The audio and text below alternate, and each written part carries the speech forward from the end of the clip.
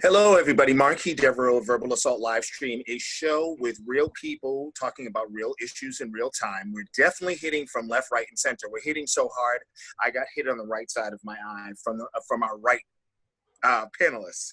That is just a joke. No one's hit me yet, but I'm sure plenty of times they want to. You know, we're here on this Tuesday. We're going to be discussing men hanging in trees and the lynching trend and other national trends. Let me quickly just go through and explain who we have on the panel today. We have Miss Cherokee Black, who's an author and an editor.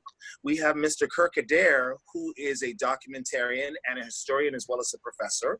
We have Mr. Brian Parker, who has went to the University of North Carolina. He is an actor and an activist. We have Mr. Samuel Kachera, who is my co-host. He is an international entrepreneur, and he's coming up with an idea for a great application that'll give us a break from Facebook.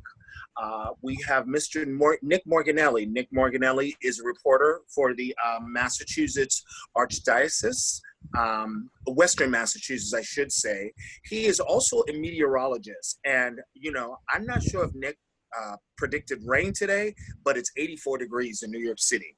We also have Miss Nurka Encarnacion. I had to tease her about the Angela Davis look today, but I say power to Nurka. Okay. Now's where you wear the black leather fist and you raise it in the air. And then I have Mr. Rob Arnold. Rob Arnold has been a contributing producer and a personality here for quite some time. He is now hosting a show on the national airwaves called Political Firestorm. Rob identifies as a Republican. He is someone who doesn't have that traditional Caucasian male upbringing. He has grown up in the rough and tumble areas of New York, and he has lived to tell us some stories. And if you're part of our after show, you guys, you'll get to hear some more of those stories. Now that we're moving on, we're going to discuss here some situations that we got going on. I was having a conversation with Nick Morganelli, who is coming to us from Massachusetts, and I said men hanging in trees, and he said, men hanging in trees? He said, lynching. He said, is that still happening? Folks, in 2020, we have found someone in a park that is not far from our contributor today, Nurka Encarnacion. Fort Tryon Park is in Inwood, Manhattan of New York City, the northern part of the island of Manhattan where New York City is. We've also had people that have found, I believe in Georgia. My understanding is that people have been found hanging in California, and I'm also being told Miami. Cherokee, I know you're up on these things. Is there something that I missed with this? Well, when the bodies are found hanging in the trees, it's always said that it's a suicide. Right. And Black men don't hang themselves. It's lynching. And okay, so I don't know where the suicide thing came from. I know back in the day they just did it. Back in the day, they used to have picnics. And the picnics, there was a term that picnic is a word that's derived from the saying, pick a nigger. And they would go on picnics and set up pretty blankets with their families, the kids playing and everything. And if a Black person happened to walk by, that was the person that they would pick to hang. Billie Holiday was on a tour of the country with a white band back in the day, and she strayed away from the bus to go for a walk, and she stumbled on a tree with a man hanging from it, and that's where the song Strange Fruit comes from. Strange fruit hanging from a tree. So apparently the trend has picked up. Okay, so we say trend as if I have changed my shirt and changed my sunglasses. I know. Might be a poor choice of words, but Rob Arnold. It's something that's been going on for centuries. I mean, it's not for centuries. Rob Arnold, you have teased me. I'm always talking about the Black thing. You've grown up and you've got Black friends. When I say the word lynching, what goes through your mind? What goes through my mind is it's twofold. One, Black men hanging from trees with smiley face white people. The second thing that goes through my mind is if it was reversed and it was white men hanging from the tree with smiley face black people, how would your average white person feel today? If it was reversed, if blacks enslaved whites and whites came over in the bowels of slave ships, and your great grandmother was beaten to within an inch of her life for being caught with a book, or your mother's uncle was hung from the nearest tree by smiley faced black people, and this many years later there's black people everywhere, would you trust them? Would you shake their hand? Would you embrace them?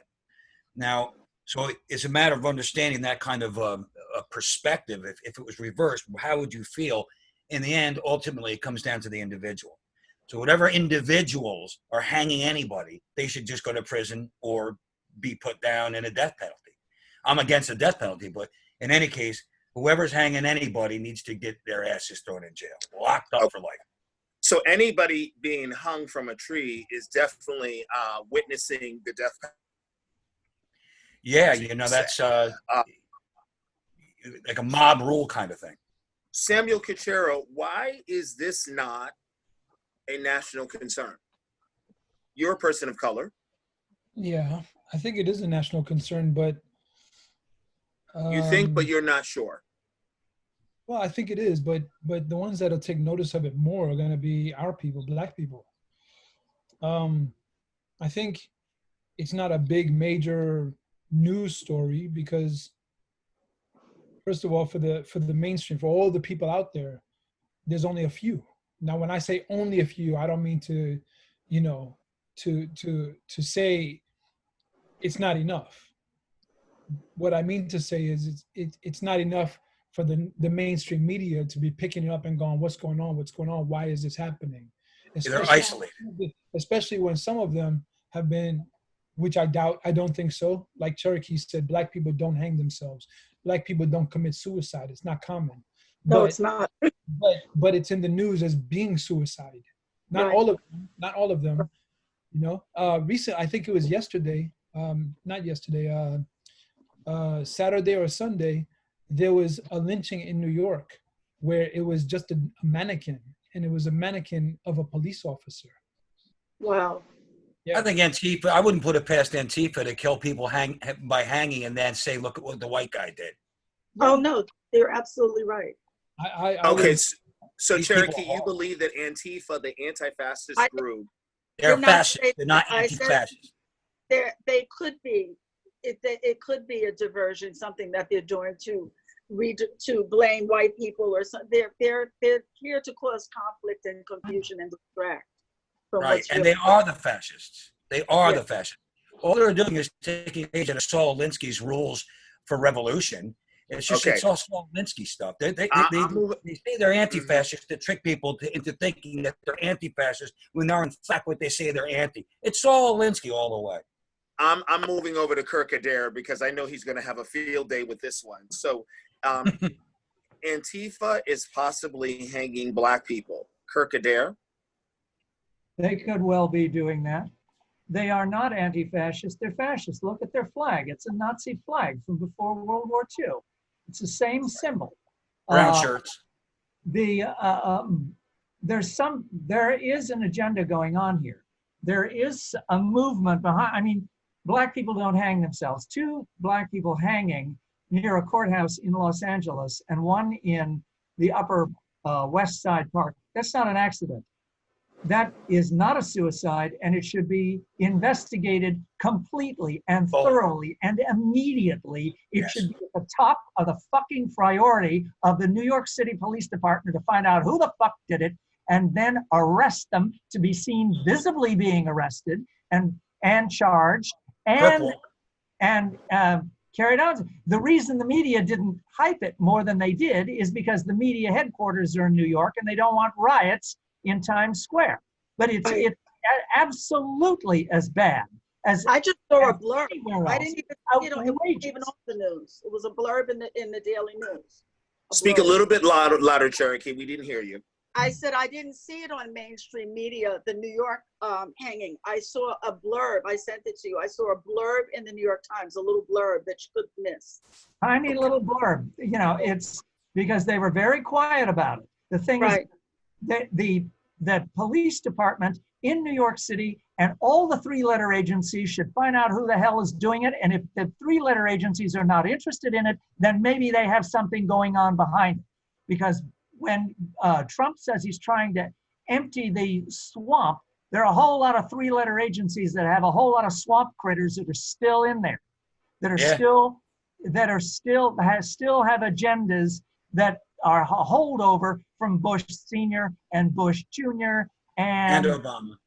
And all of the rest of them. Would you consider BLM, that's a three-letter agency, would you consider that they'd be a part of the swamp, or that they have a hidden agenda or something? Absolutely. Because I don't hear their name.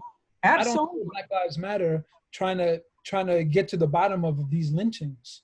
Where are they? Absolutely. The trouble is that he has his hands full. These guys have been in there for a long time, and they have agendas. And by the way, the cat is out of the bag. BLM is a fascist organization funneling money. Yeah. That's a cat out of the bag. And, she came out and said it. And Soros money. And I would also be investigating the Proud Boys.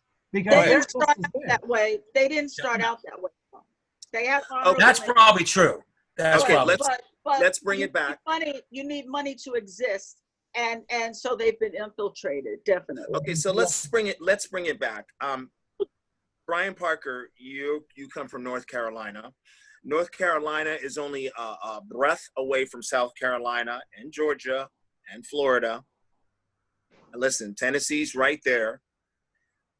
When was the last time you heard about a lynching in a tree in the South?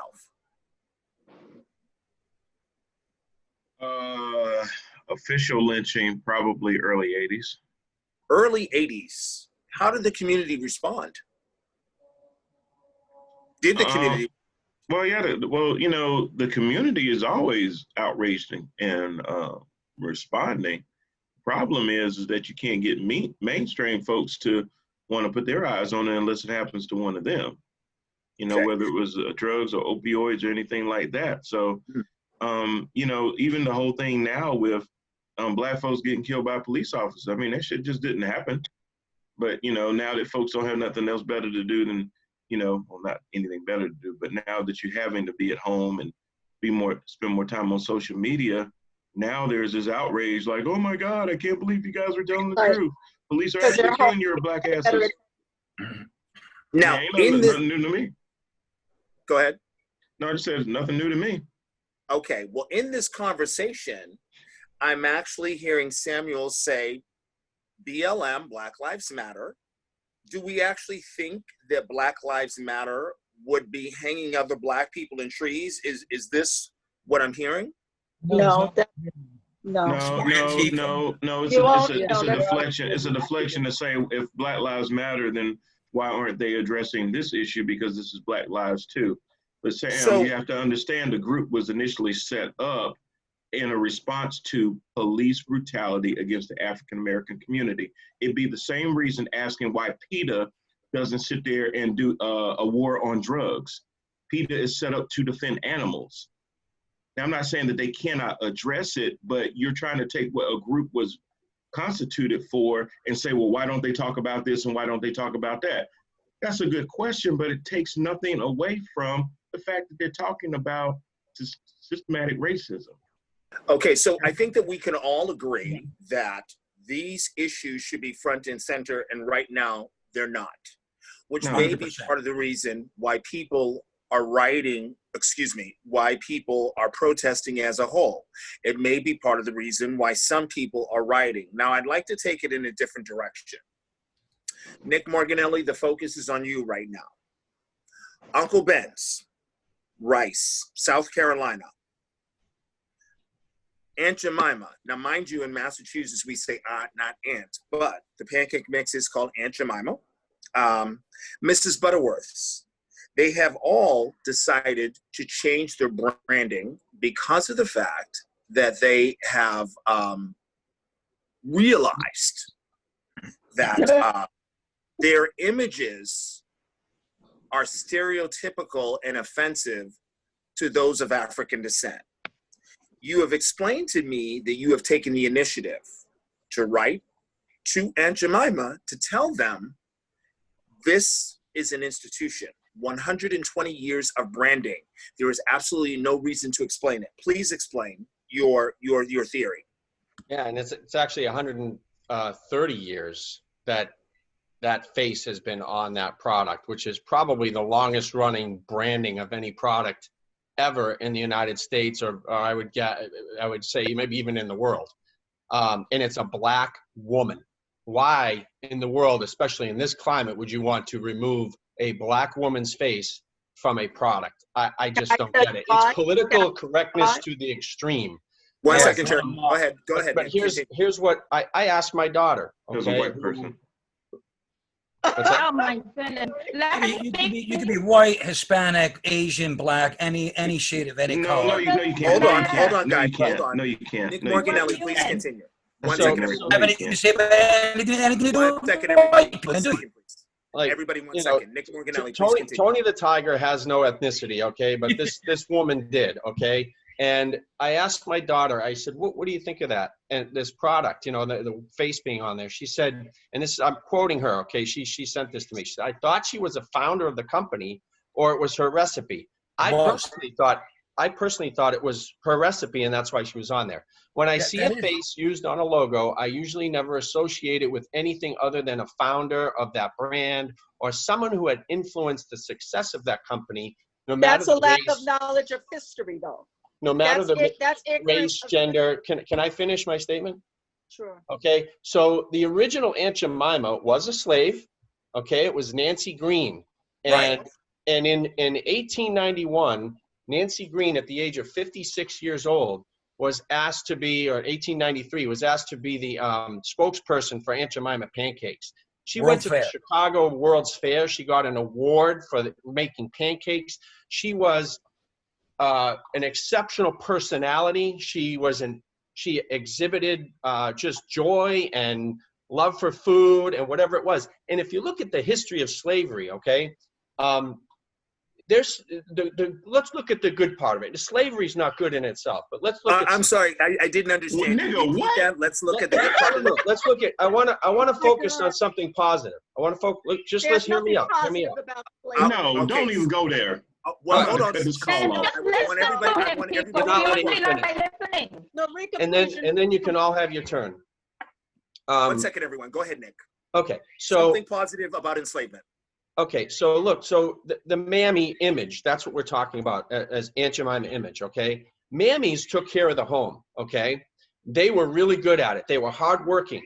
They were loving to the children of the white person that they were, you know, working for, or not working for, but enslaved to, okay? They were, of course, they were abused. They were not paid. They were, all that stuff with slavery. But let's overlook that. they were hardworking people, and they exemplified really they're coming out of slavery and being redeemed from that and being free.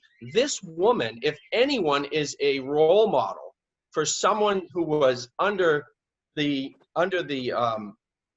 you know, the chains of slavery, and that rose up out of that and became an American success story. Not only she was like Oprah Winfrey of her time. She was entrepreneurial, strong, personable, hardworking. She was all those things. And I'm not saying that slavery was good. I'm saying that slavery, because she was enslaved, maybe helped to build her character, and she came out of that. It made her stronger. She was an incredible woman, and that's all I'm saying. Her face should stay on the product. Okay, now Nick, I'm gonna add in here. Great grandson is up in arms, you know. Okay, I'm gonna add in here. So Nick, I'm gonna add in for just a second. So in the history of the United States, the movie Gone with the Wind is known to perpetuate certain stereotypes. Mm-hmm. I believe the name of the actress is Hattie McDaniel, is the first actress to receive an Academy Award. And she wasn't even allowed to sit with them at the awards ceremony because she was a Black woman. I thank you for that addendum, Cherokee Black.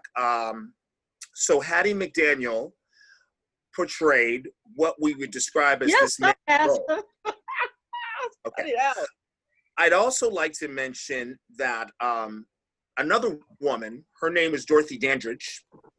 She was biracial and was recently played by another biracial actress today. Her name was Halle Berry. Dorothy Dandridge was nominated for an Academy Award, and I believe the year was 1955. She was the first Black woman nominated for an Academy Award lead. And she was known to have an affair with the director of the film. Otto And Preminger. she was denied, thank you, Otto Preminger. He was a notorious tyrant on set. Yes. Notorious.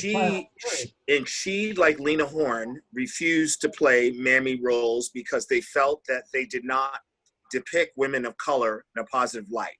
At the time, they probably called those colored women. I don't know if they said Negro at that point. I believe it was colored at that time. It was both. Okay, so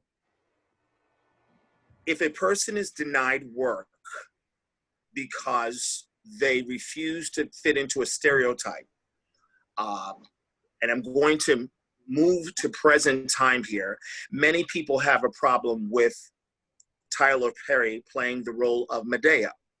A sassy, surly Black woman auntie that's, knocking people upside the head. And I never knew anybody like that. It's strictly comedy for me. I never knew Black people to act like that. I was not raised by those kind of people. I'm bringing this up. Nurka, I'd like to go to you as a woman of color who's not born in the United States, but your interpretation. Can you understand why someone might be offended by this interpretation of a woman of African descent? I thought it was just comedy. I've only seen one movie of Amadeus. I thought it was just comedy, just like when what's this other comedian? He's also done those type of roles. Many comedians have. Martin Lawrence, Big Mama's House. Yes. Yeah. And also Eddie Murphy. So Right. I just see it as comedy. Jamie Foxx, Iniqua.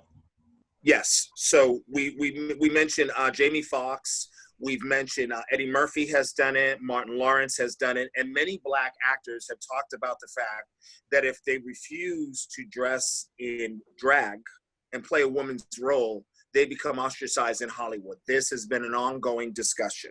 But my question for you, That's Nurka. a secret society thing, yeah. Okay. My question for you, Nurka, is do you find anything about it offensive?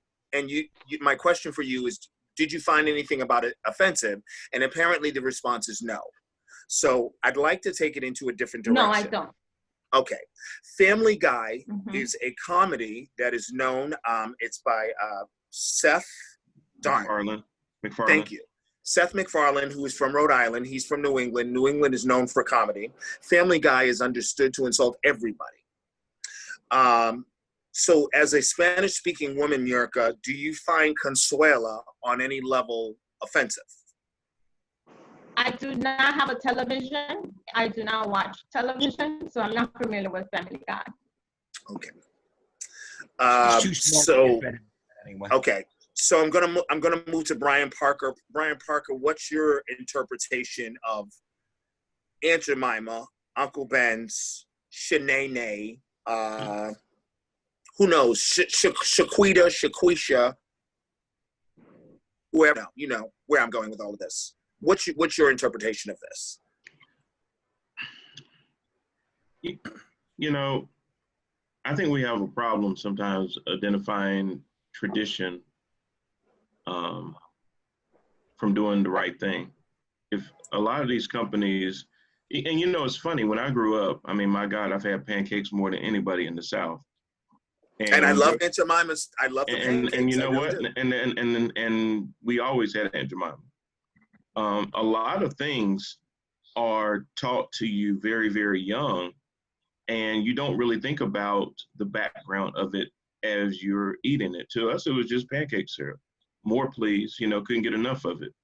And that's okay, but sometimes you have to then start to understand the history behind these things and be a little bit more informed and educated. Just putting your nose down in the sand and just saying it's simply just syrup. Yes, the contents in the bottle is syrup, but it's the packaging.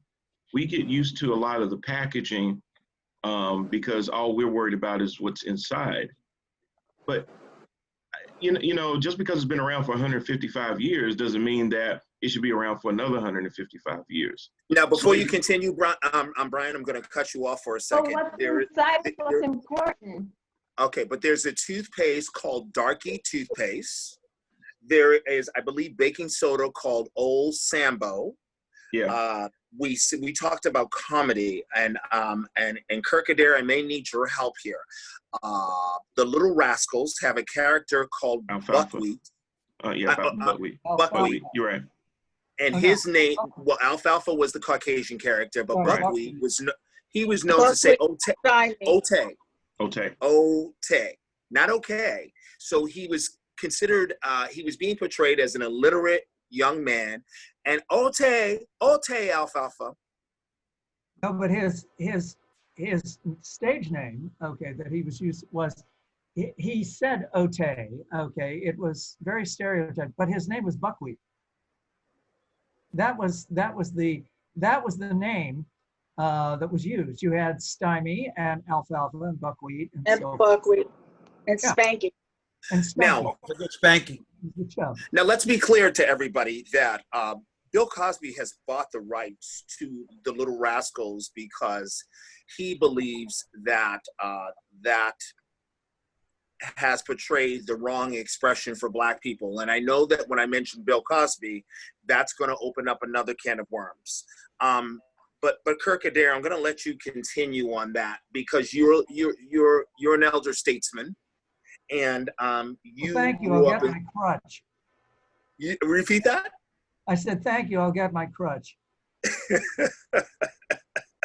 I'm sorry, but don't you become a little bit more sensitive at a certain point when you start to realize, having lived in the UK and hearing things that are said to Meghan Markle, who is sort of like almost like a pseudo first lady for the UK, and then you hear things in New York, in the United States, that are said about Michelle Obama. I know I'm a little bit all over the place here, but there are often terms that, you know, Michelle Obama has a big butt.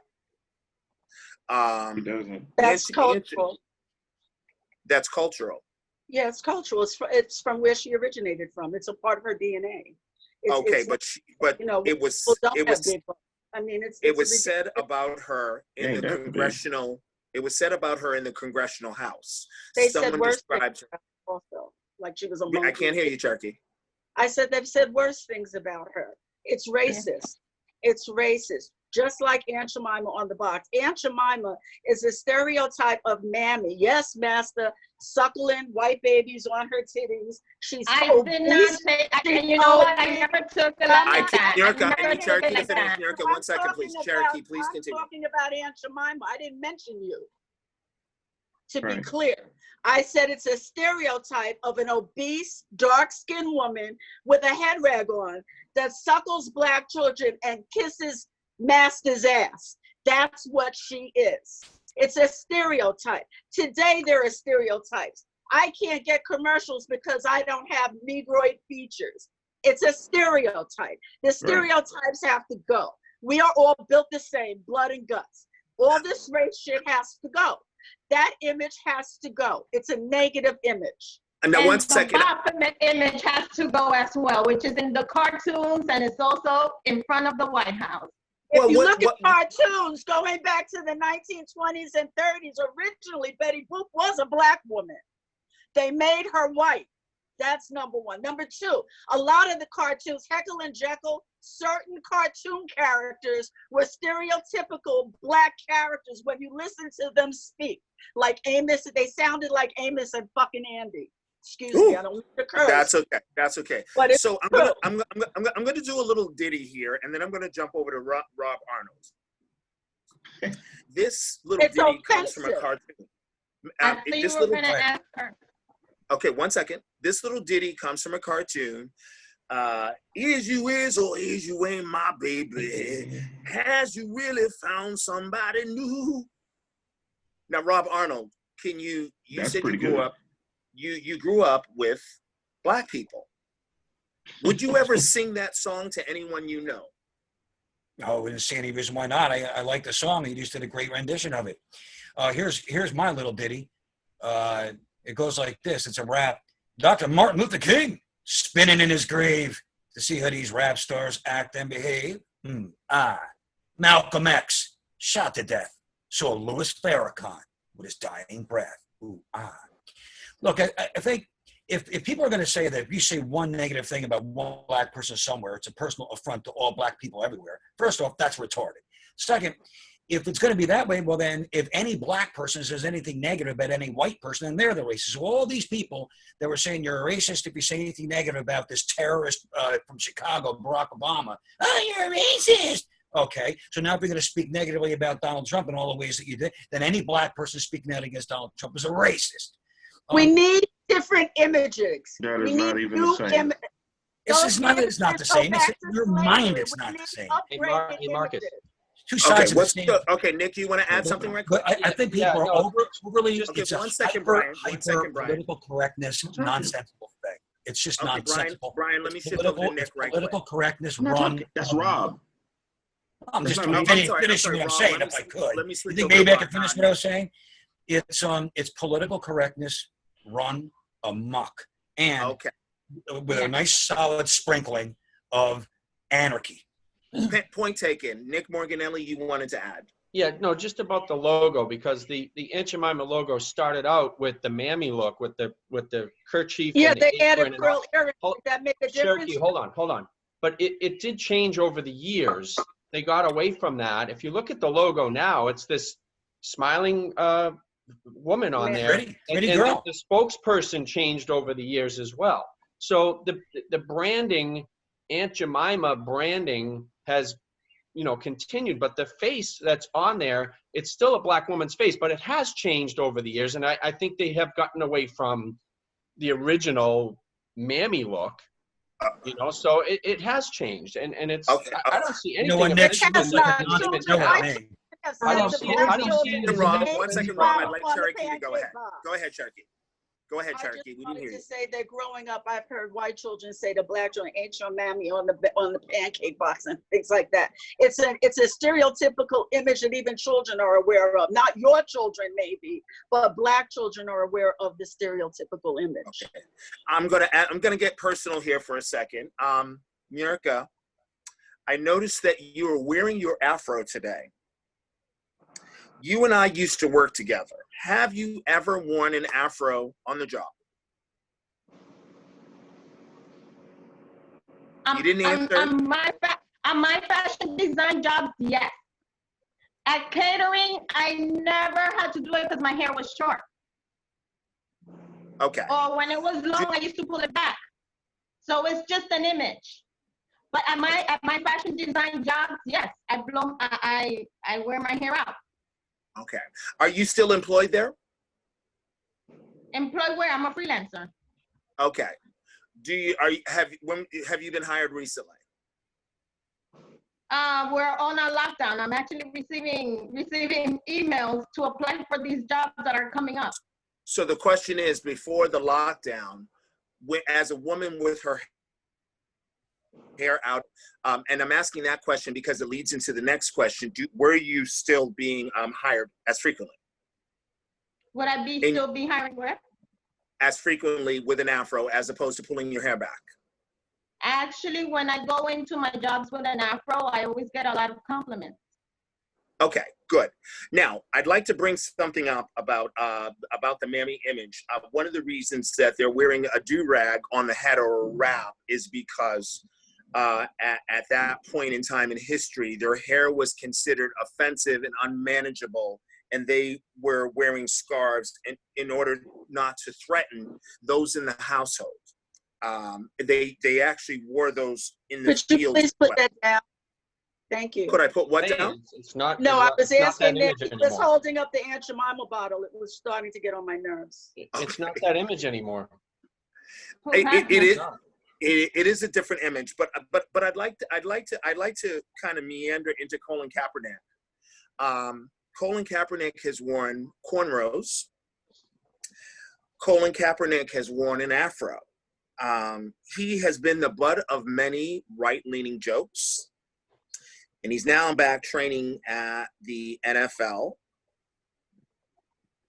because the NFL has issued an apology and has said, we didn't realize, but the NFL has also been under a great deal of pressure by their players to respond. To get Roger Goodell to respond, I say, is quite a feat. So,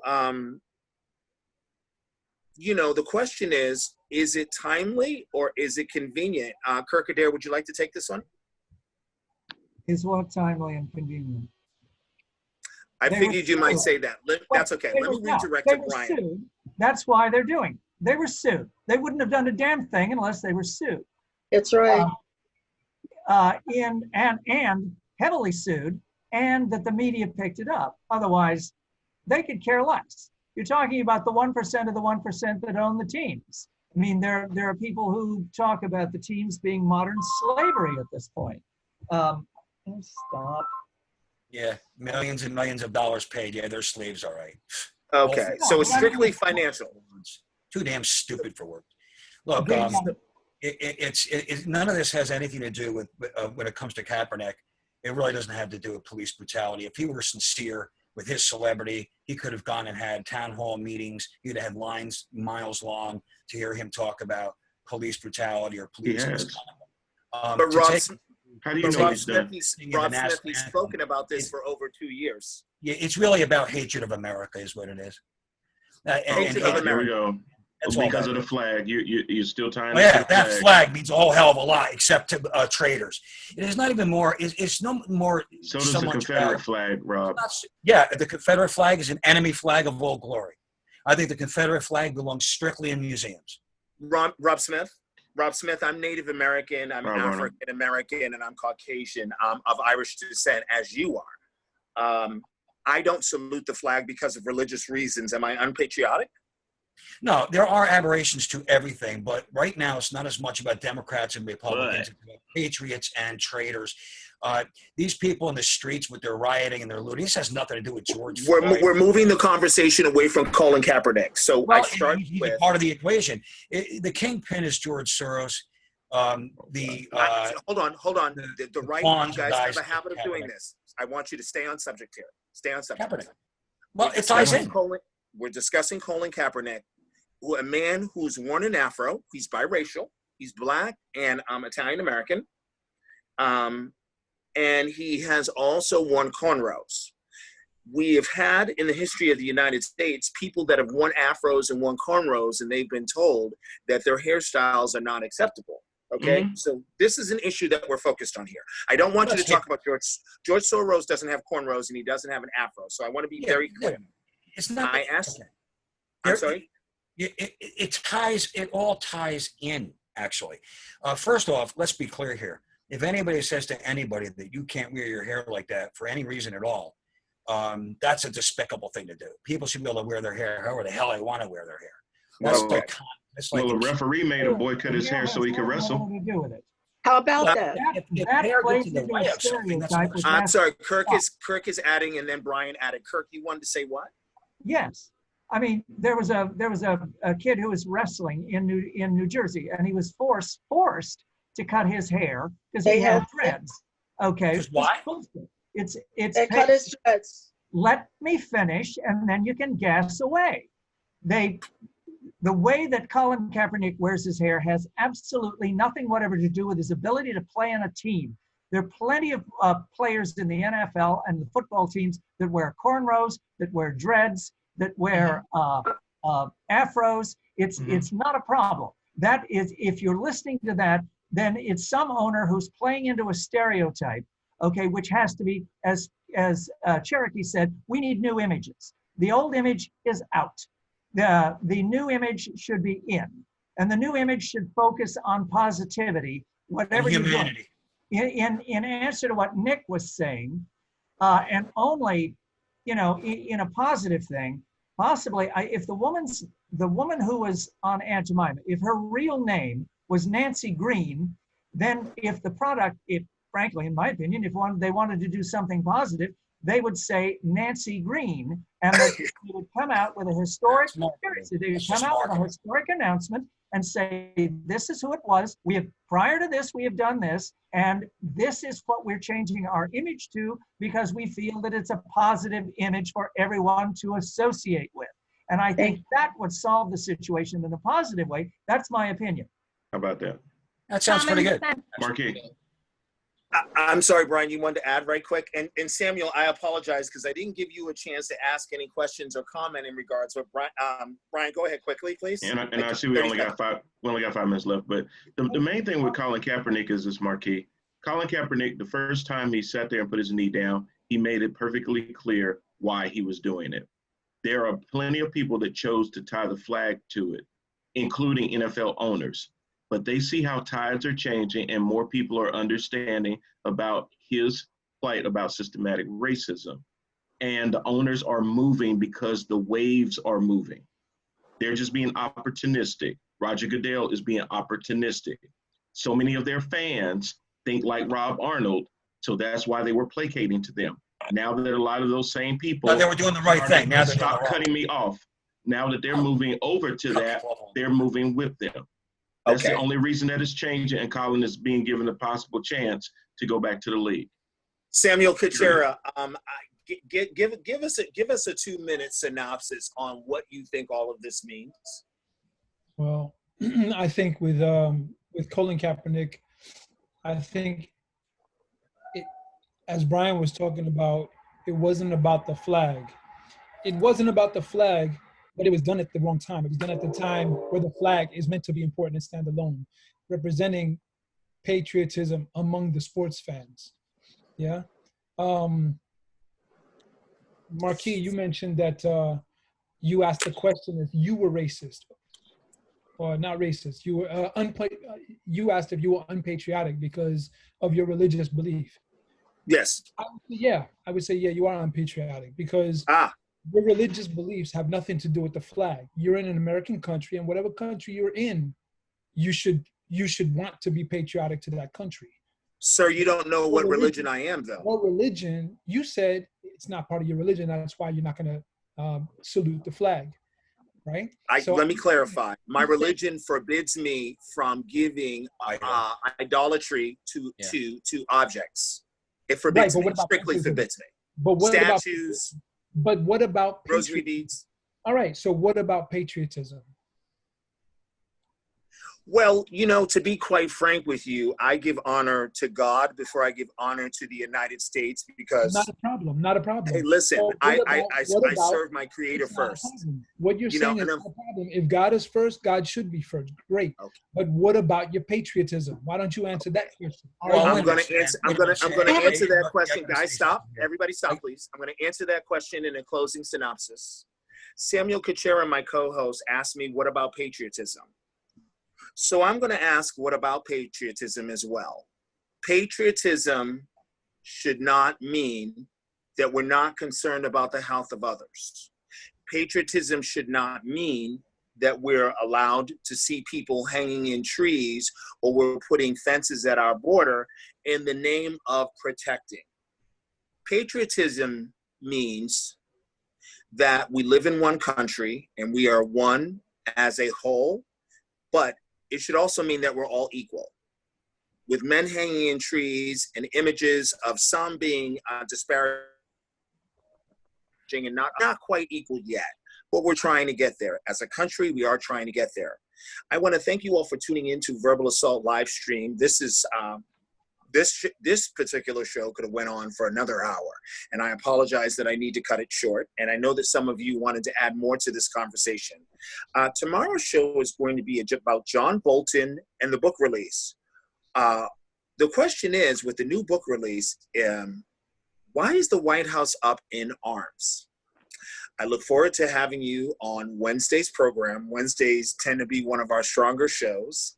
I want to thank my co-host, Samuel Kuchera, and my other panelists that are joining me today. Nick Morganelli, I understand you won't be joining us tomorrow, but I'm sure if you were, you'd have plenty to say about that book. I want to thank you all for tuning in, and we look forward to having you on the podcast. Bye-bye.